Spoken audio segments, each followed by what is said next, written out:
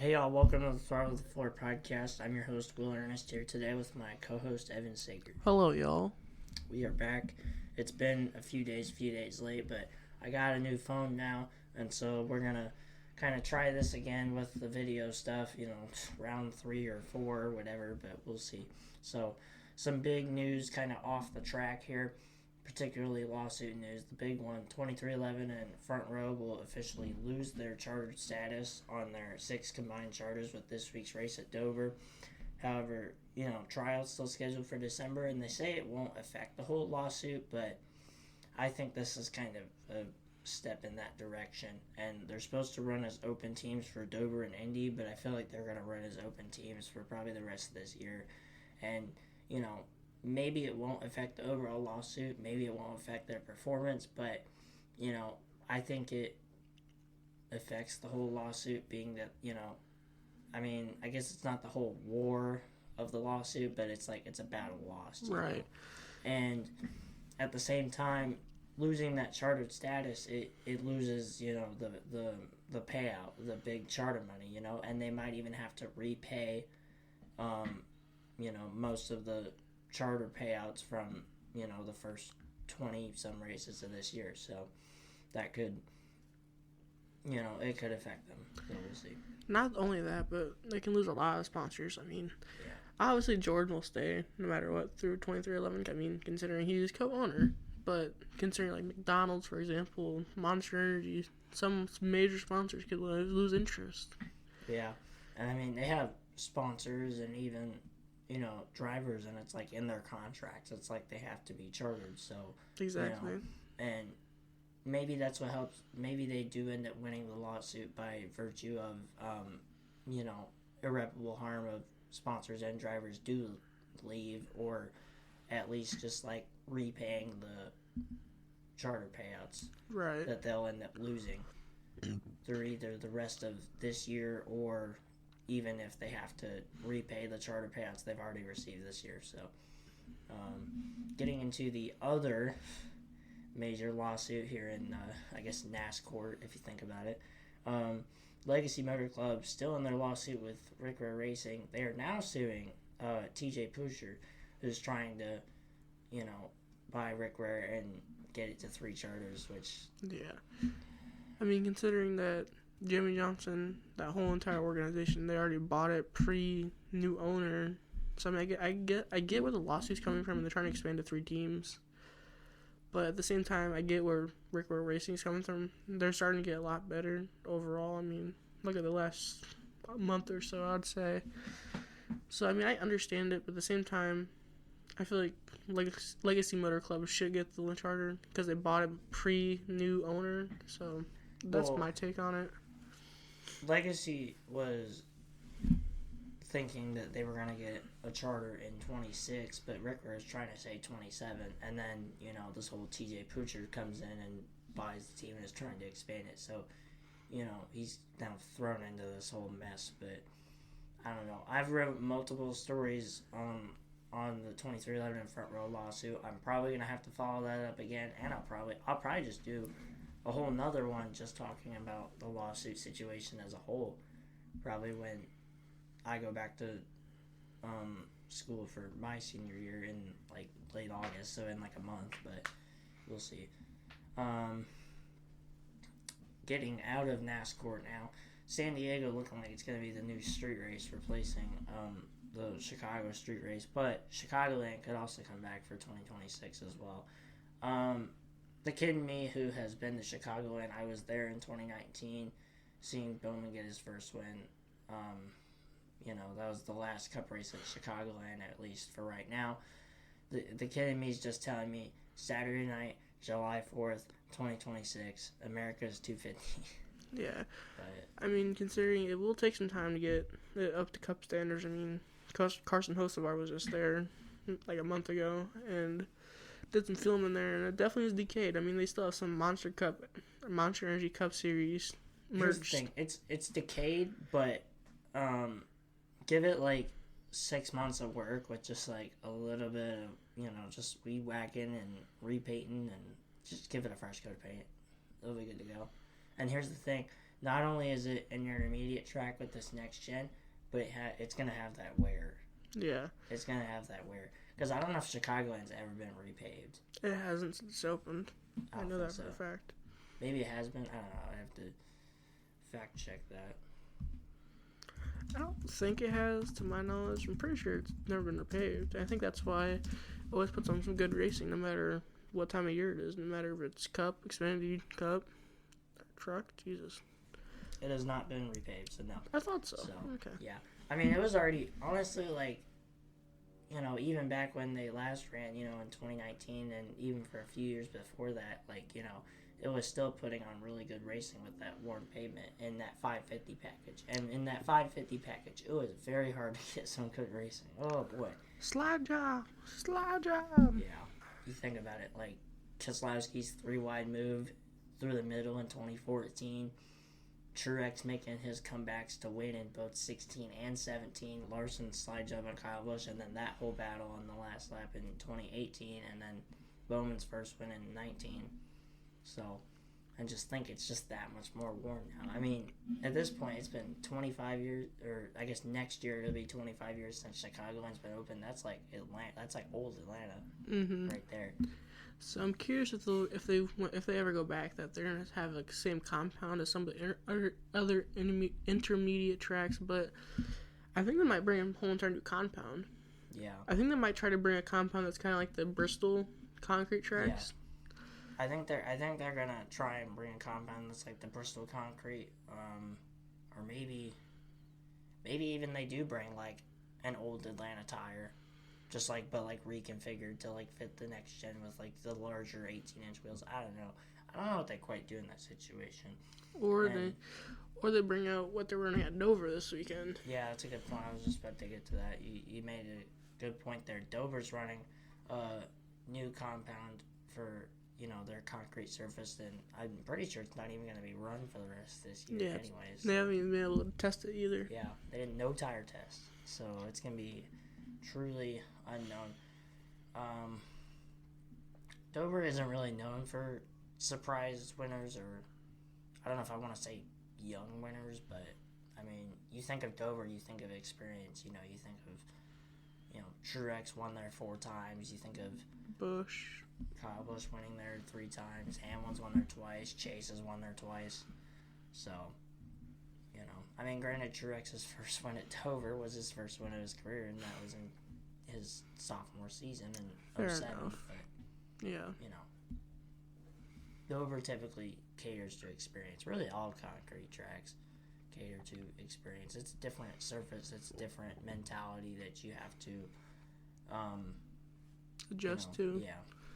Especially like the new tire. I mean, think of last year's Bristol Spring Race. That tire compound. Yeah. The experienced drivers were the best drivers in that race. Like Hamlin, he won that race because he's had experience on Old Atlanta, for example. Yeah.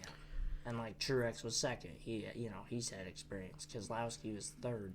You know, even Larson was up there in the top 5, which, I mean, he's not as experienced, but he's still experienced, you know. So, right. Like at that, like, you know, he's been around for almost a decade now. So. Getting into Sonoma now, SVG, he dominated straight up. I mean, he was challenged a little bit by Briscoe and whatnot, but he led 97 of the 110 laps. That is a new Sonoma record right there.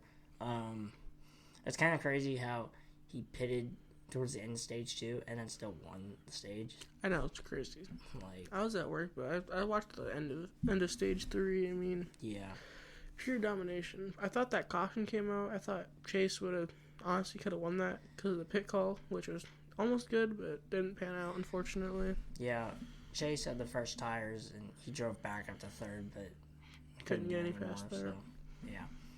Briscoe had a few chances. I'm surprised he didn't wreck him on that last restart. He was very close. He was close. Because he got put in the dirt, and I was surprised he didn't just turn him. Yeah.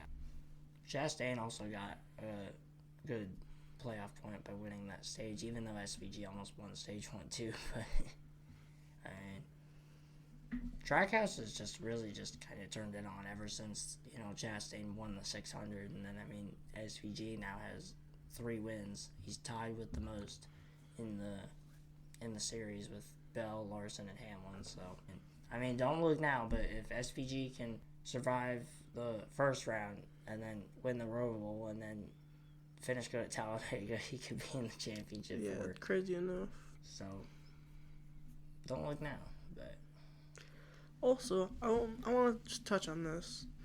On the, I think it was 7 laps to go, Josh Berry may or may not have, quote-unquote, accidentally wrecked Carson Hocevar. Accidentally. There was no team communication or anything. I was just flat out wrecking him. Which I thought was weird. I didn't think Josh Berry and Carson Hocevar had any beef or anything, so I thought that was interesting. That's a good point. Stage 3 just got kind of chaotic, which it normally does at Sonoma. It's just like it's chill for the first 3/4 of the race or 2/3 of the race, and then once it gets to that final stage, it's just, Blaney just got stuck off track. Yeah, Blaney, he needs to start putting money where his mouth is. He says a lot of things, but never does anything. But, I'm curious what Hocevar will do this weekend at Dover. Barry is running the Advanced Auto Parts scheme, so... But they're not Speedway, but you never know. I don't know, but... Honestly, I'm curious if Blaney is going to act different, like, when he becomes a dad. I don't think so, but... On track-wise, no. I don't think so. I don't buy it. I don't think so. He really does he talks a lot of talk, but he doesn't actually, Reminds me of, like, Matt Kenseth. Yes, until 2015 when he actually wrecked Giuliano. Well, yeah, and then he finally did something, but... Which was kind of sick, not gonna lie. Everybody in that moment was a Matt Kenseth fan. I remember hearing Tony Stewart's ready. He says, "Oh no, that was Jimmy John. Sorry." Jimmy was like, "Oh my goodness, Matt Kenseth has gotten more fans he's ever done in his whole entire career." Yep. My favorite Jimmy Johnson quotes ever. Yeah. Getting back on track here. So yeah, even with all those multiple late race restarts, SVG wins, leading 97 of the 110 laps, like it was mentioned, a Sonoma record. His first Cup win at Sonoma, and his first Cup start at Sonoma as well. His 3rd win of the year, which ties him for the most in the series with Bell and Hamlin and Larson. It's his 4th career win. Briscoe was 2nd, Chase Elliott 3rd, Dow 4th, and Bell 5th. We'll get into points and all that in a second. That's pretty something. Evan picked McDowell, who, as mentioned, finished 4th, led a few laps. I picked Reddick, who finished 6th. I don't know. Reddick kind of had like a 10th place car all day and then managed to get up to 6th somehow, which is kind of funny because I also picked Reddick for Chicago, and he had the fastest lap, singular point at Chicago, which becomes very important when we talk about points in a minute. Mason picked Briscoe. He finished 2nd. It's his best finish since he had those 3 straight wins with Bell at the start of the year. Yeah. So that really gets on backtrack with him. And Zach picked Chase, who finished 3rd. That's his best finish in the entire year. So, good for him. He had a couple 5ths. He was 5th with Larson at Martinsville and 5th with McDowell at Mexico, but gets a 3rd with Chase. We'll get to picks for Dover in a few minutes as well. Haley picked Ty Gibbs, who ended up 7th. Let's talk about Ty Gibbs. More specifically, Ty Gibbs and Brad Keselowski on pit road. I remember watching the replays back on that.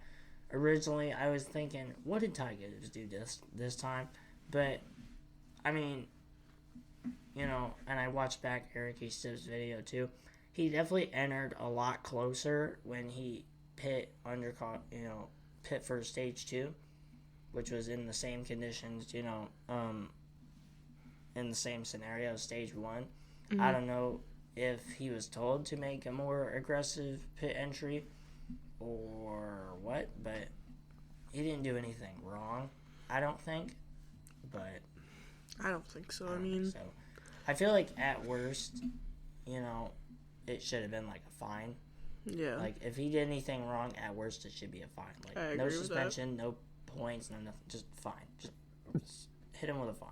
But I mean, they didn't even do that. So yeah, I agree. I mean, I'm surprised I didn't see any midweek penalty or anything for him. So yeah. So Colin picked Hamlin. Hamlin was pretty trash like all day. He was like 30th running like all day, and then somehow got up to like 20th. I mean, just another pedestrian day, but I mean, he did debut that AM PM sponsorship, so you know, back in the purple and black car. But I think, don't they have one more race, Las Vegas? Vegas, yeah, Okay. Vegas in the fall. Okay, so I thought it was a pretty cool scheme. I liked it. Yeah. Bernardo picked Larson, who was running all right up there in the top 15 until he got wrecked towards the end. Ended up 35th. I mean, Larson almost won stage 2, but yeah, not quite. And then Stacy, aka Haley's mom, you know, Haley, my girlfriend, she was clamoring at me to make a pick for weeks and weeks and weeks and weeks and weeks. And I'm like, all right, fine. So she picked Byron, who just ended up 8th. He kind of had another pedestrian day. I feel like Hendrick, as a whole, just kind of had another pedestrian day, except for Chase. He was running pretty good. Yeah. But I guess the other thing too, now that Bowman, Bowman yeah. and Ty Dillon. Bowman and Ty Dillon. Yeah, I don't know. Ty Dillon in the in-season challenge is just like Richard Petty or something. It's kind of crazy. Bumped Bowman right in turn 11, and you know, passed Bowman, and is now moving on an in-season challenge to the Final Four. That's crazy. This is crazy in March Madness, man. It pretty much is. It's like the 15th seed going to the Final Four. It's like St. Peter's. It's like St. Peter's going to the Elite Eight. Pretty much. Literally. Ty Dillon faces, I think it was Nemechek, Yeah. And then it's Ty Gibbs and Reddick. Yeah. So 3 Toyotas and 1 Chevy. Yeah.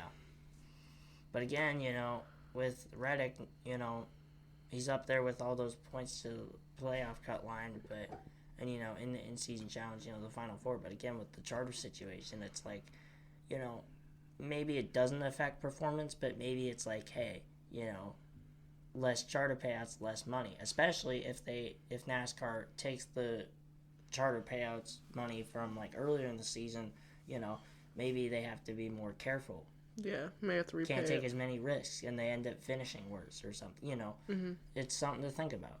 So, points wise, oh boy. After I picked Reddick the last 2 weeks, including that Xfinity Fast lap point at Chicago, boy did that come in handy. I literally lead Evan in the points by 1 singular point for the points lead. I know. Me and Will have been pretty much trading back and forth. We've been going back and forth. We traded the points like 3 times in the last 4 weeks now. It's going to go down to the wire. Haley's still, you know, in sort of striking distance. She's like 130 back. It's kind of stabilized. She lost a lot of points there. Really, there's 2 races where she's lost a lot of points. Michigan, where Byron ran out of gas. I mean, honestly, if Michigan was 5 laps shorter, Haley could have 5 wins on the year. But Byron ended up like 28th. And then McDowell at Chicago. Yeah. Like, if you take those out, like, she's probably going to be, like, she'd probably be like less than 90 points right now. Yeah. But it is what it is. You win some, you lose some. What? Said you win some, you lose some. Yeah. That's how it goes. Zach is 183 back. Mason is 190 back. And then you got your part-timers, you know, just chilling, like 500 something. Just chilling. Anyways, time for more local news. And by local news, I mean IndyCar. IndyCar. With Iowa Doubleheader. There was actually a good amount of news to talk about. We'll start with Friday's practice. Oh, boy. First off, there was a tornado right by the track. So that was something to watch. And then, of course, you know, those storms went on to affect us right here, including here at the studio, you know, in my house. damn street right by my house was flooded. Really all the streets in Davenport was flooded. I mean, I don't think I've ever seen a flash flood emergency overtake a tornado, and not just any tornado. It was an EF2. Yeah, it was a wild night, that's sure. Like, that's a strong tornado right there. I mean, there was plenty of RVs over at the Camping World that were flipped over.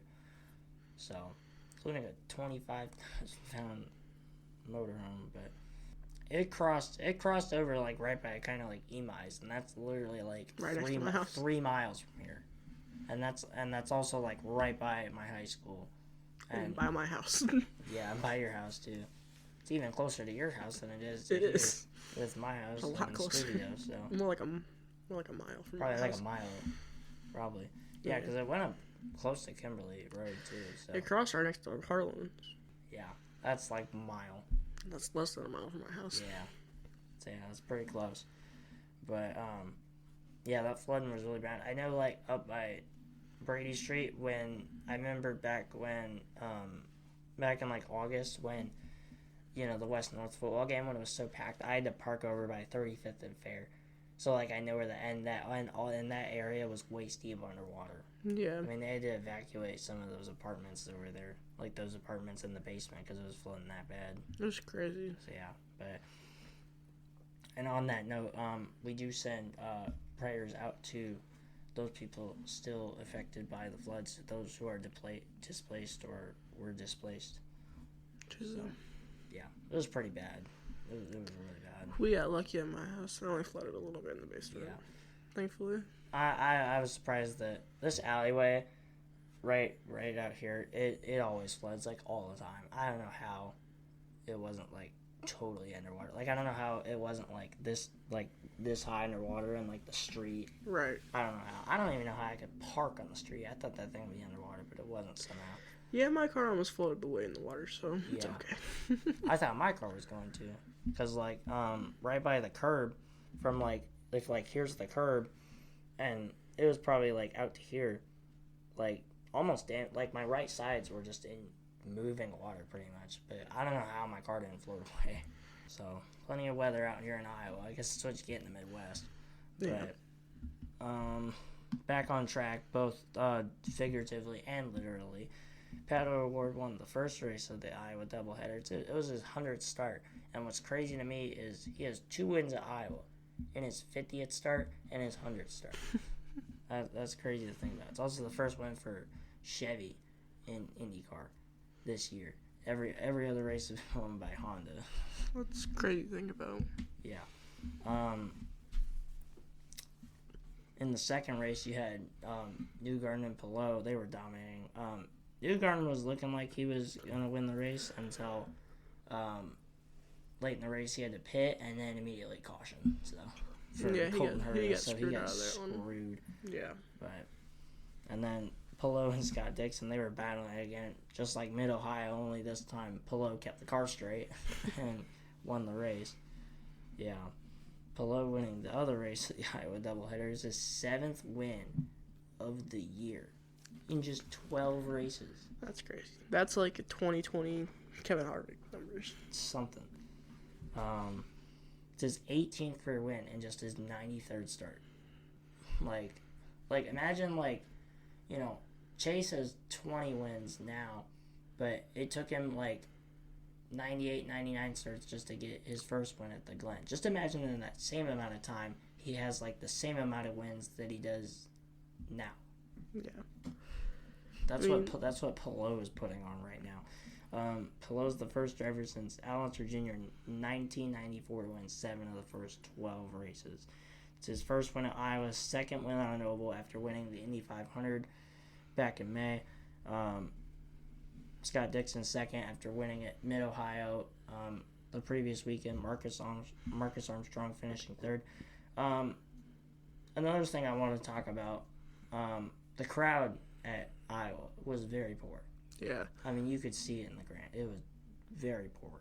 I don't know if it was just because of the storms on Friday that drove people away. It could have been. I don't know. I mean, I thought it was gonna be a good weekend for people in Iowa. I know some people that normally go to Iowa every year for the IndyCar race. They didn't go this year. I don't know. I was stuck at work because of the truckers jamboree, and funny of that, it was barely a jamboree. I mean, Friday was busy, but that was just because people were sheltering inside because of the storms. Thursday there was nobody because Thursday and Friday they canceled it pretty much because of the storms. Once the storms rolled through, and then Saturday was pretty typical, but that was only one of the 3 days. Yeah, and maybe that's what it was too. Maybe, I don't know, but I feel like I was looking a lot like Milwaukee. They both used to be, Milwaukee used to be a doubleheader. They both used to have a Hy-Vee sponsorship. Both of them have lost that. Milwaukee's now it's Snap-on, and now Milwaukee's down to just one race. Yeah, and I feel like a lot of the intrigue, like in the past few years, ever since they brought the doubleheader back, was with Hy-Vee, and more particularly the concerts. Mm-hmm. And now those are gone. And so I feel like Iowa needs to just go to one race, especially after the crowd that we saw.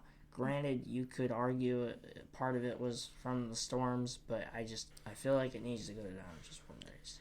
Yeah, I agree with the one race. Honestly, I think there was a whole bunch of factors from why people didn't go. But, I think even one race would be okay. It used to just be one 300-mile race, and now it's two 275-mile races. So, it's way more racing than it is now, and yet people aren't showing up. So, yeah. maybe you put it back to just one 300-mile race. Maybe even do, one 275. It's conversations need to happen. Yeah, I agree. They had pretty good turnout these last few years with, Hy-Vee sponsoring and all the concerts, but now that's gone. And, conversations need to be had about that. So, yeah. Anyways, looking ahead now, NASCAR is in Dover, Delaware this weekend. Cup, Xfinity, and ARCA in action. ESPN for 50 states in 50 days. They're going to be there. Live on Sunday morning for that race. I might tune in, we'll see. I'll be at work. Yeah, you'll be at work, but imagine working on Sundays. Yeah. I used to work on Sundays, so I can't say much. Picks for Dover. I'm picking Chase. I feel, Chase Elliott. I feel really good about him. He's won there twice. He's got a lot of momentum on his side right now. He just finished third at Sonoma. He won at Atlanta a couple weeks before that. Last year he finished top 5 at Dover. So, we'll see. I picking Hamlin for one. Obviously my favorite driver. But look at the statistics on him. If you just watch Eric Estep's video, I think it was yesterday with yeah. Overall the power rankings are reporting for Hamlin to win this week. Well, he is the defending winner at Dover, and even if you just expand the scope to the 3 concrete tracks on the schedule, Dover, Bristol, Nashville, it's the same reasons why I picked Hamlin for Nashville. He's had multiple good chances to win at Nashville and multiple chances that he should have won at Nashville, but he didn't. He's won at Bristol multiple times, and he's won at Dover multiple times now after, last year. So, we'll see. Zach, just before we got on the air, he gave me Kyle Busch. So, he gave me that pick. Obviously, he's won there 3 times. He had the pole last year for this race. So, it's not the worst pick. Right. And, if you look, he's getting closer to the cut line. He's only 37, 36 points out of the cut line. So, he's shown speed as of late. So, maybe while we're just not looking or not assuming, Kyle Busch just fires off and just has a top 5. Yeah. Or contends for a win. Which it's been a long time since we've said that. It's been over 2 years now since his last win, which was at Gateway in June of 23. So, maybe. We'll see. But, Haley, my girlfriend, she's picking Briscoe.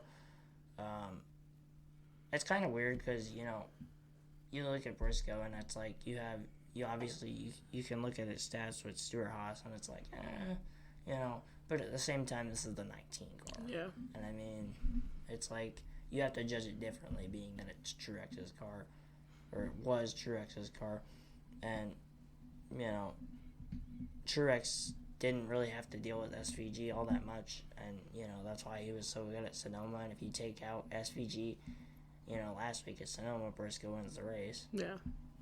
In that same car, you know, same thing at Dover. You know, Truex won there 4 times, so maybe Briscoe has a good run. We'll see.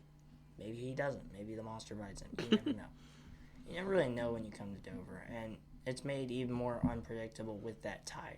Yeah. With that unique compound that we haven't seen, we won't see again this year, and they didn't even tire test it, which I think is kind of crazy that they didn't tire test it. It'll be very interesting to see. Who knows? It could be Spring Bristol 2024 all over again. That's what I was afraid of.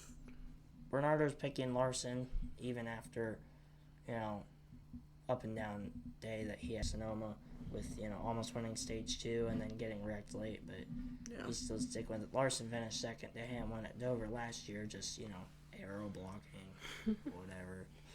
But, and then there's other, you know, Mason hasn't given me a pick yet. But we'll see. We'll see what he comes up with.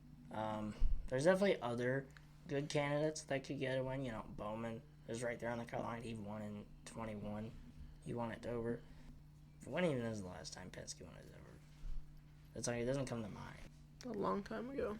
Even the last time Ford won at Dover, I don't even think it's been since Hardwick in 20. I don't think. It's been a long time. I don't know. Ford doesn't do good at Dover. But I mean, you know, who knows? Maybe, you know, somebody like Stacy picks Blaney just because it's Blaney, and then, you know, maybe with this new tire, it just flips everything on its head. Is that likely to happen? No. No. But, you know, it's possible. You know, we didn't expect anything with Spring Bristol in 24, and, you know, it flipped on its head. You know, did the most experienced guys and veterans still come out on top? Yeah. But, you know. It's whoever takes care of their stuff the best. Yeah. And being that, you know, Hamlin and Truex and Brad had experienced that back when tire wear, you know, mattered, you know, most weeks. You know, they were more accustomed to it. But, you know, you don't really know. There's a lot of, you know, we don't race concrete that much. Totally different tire compound that hasn't been tested. And especially in these days of, like, barely any practice, qualifying, like, and the threat of rain this weekend too, which could wash it out. Yeah. Like, they you know, on Sunday they could be going in blind on this tire. Yeah. Or Monday, you never know. Or Monday, you never know. You never really know. So that's what makes this weekend really so unpredictable. We'll see. IndyCar heads to Toronto. The streets of Toronto, Canada. We'll see if Alex Palou can win again. 8 wins in 13 races. That'd be just even more crazy. But you never know. And then NHRA is finally back in action. They start off with their kind of, I guess, mini West Coast swing. They're in Washington for the Northwest Nationals, and then they go to Sonoma the following weekend before they head back east as they get ready pretty soon, coming up in the next month for the U.S. Nationals, their crown jewel in Indianapolis. So maybe there's some late breaking news that we'll just miss. That seems to always happen. It really does. It's like every time it's like, all right, got this episode posted, and then I go to bed, and then it's 4 hours later, and it's boom, new breaking news. Mm-hmm. But that's just how it is. You just always got to keep up to date with all this NASCAR. stuff. This is how it goes. Especially with the lawsuit stuff. I mean, oh yeah, the lawsuit stuff. I'm about to make more web stories and more content on that. It's gonna suck because I can't interview you. I mean, I could, but I don't know if the show would allow that or not. I mean, considering that we normally try and focus on, you know. I mean, you can interview like Bernardo or something. I could, yeah. I don't know why I didn't do that first time. But yeah. we normally try and focus on like in school, students. Yeah. That's what's student run publications, student run newspapers. Interview students, but there's always exceptions to that. Right. Especially like the first one, which is when I did those interviews. Like I had those initial quotes from NASCAR, and then from Jeffrey Kessler representing the teams, and then I had quotes from you and Mason. So right. That's just how it goes. But I mean, I'm co-editor for this upcoming year for newspapers, so I'm gonna have plenty of things to juggle because I'm gonna have to edit other people's stories too. Yeah. So that's gonna suck. This is what it is. Trials set for December, but unless they obviously settle before that, but I doubt it. highly doubt it. But I'm curious, and that's another thing too that we kind of forgot to mention is, what is NASCAR gonna do? Are they gonna repossess the they're gonna repossess the charters and try and sell them? Is the court gonna try and put a freeze or a hold on it? Maybe they try and do that, and that would most certainly be irreparable harm, because it's a lot harder to if Legacy buys a charter and RFK buys a charter, and it's like it's a lot harder to get that back than it is just say charter payouts. Right. But we'll see. But that's all we got for this week's episode of the Throttle of the Floor podcast. Make sure you listen and follow on Spotify, Apple Podcasts, wherever you get your podcast, Amazon Music, wherever, and maybe even YouTube. Hopefully this works. We've been it's been a little longer episode this week. We've been beating the same dead horse on this whole video thing for the longest time, but we'll see if we can get it to work finally. Only like 4 times the charm. I mean, it took like 4 times the charm to get Evan's mic to work. Yeah, for this week. So. Yeah, this episode was not fun. Yeah, and make sure you give a follow and look at the Throttle of the Floor podcast Instagram, as well as the Chill Will Photography Instagram, and hopefully I can get a website soon. Yeah. To have more easier access. Just have a website, YouTube, etc. To make it easier access. Convenience. Convenience for everyone. Convenience. Everybody loves convenience. Well, except NASCAR. They don't like convenience. They always inconvenience. Hopefully next episode can come out on a regular day. I'll find Monday, out. Tuesday, like regular, like normal on schedule, but we'll see. We'll be talking all things post-Dover, preview Indianapolis. I'm probably still going to go. That's what I'm planning on. So, it also means more photography, which I'm probably going to start doing that like every week once it gets closer to fall, because there's plenty of events going on. So, yeah, I'm going to be cranking that out, cranking the podcast out, cranking the photography out. So, yeah. But thank y'all for listening, or hopefully watching, this week's episode of the Throttle of the Floor podcast. And we will see you all next week. Peace out, y'all.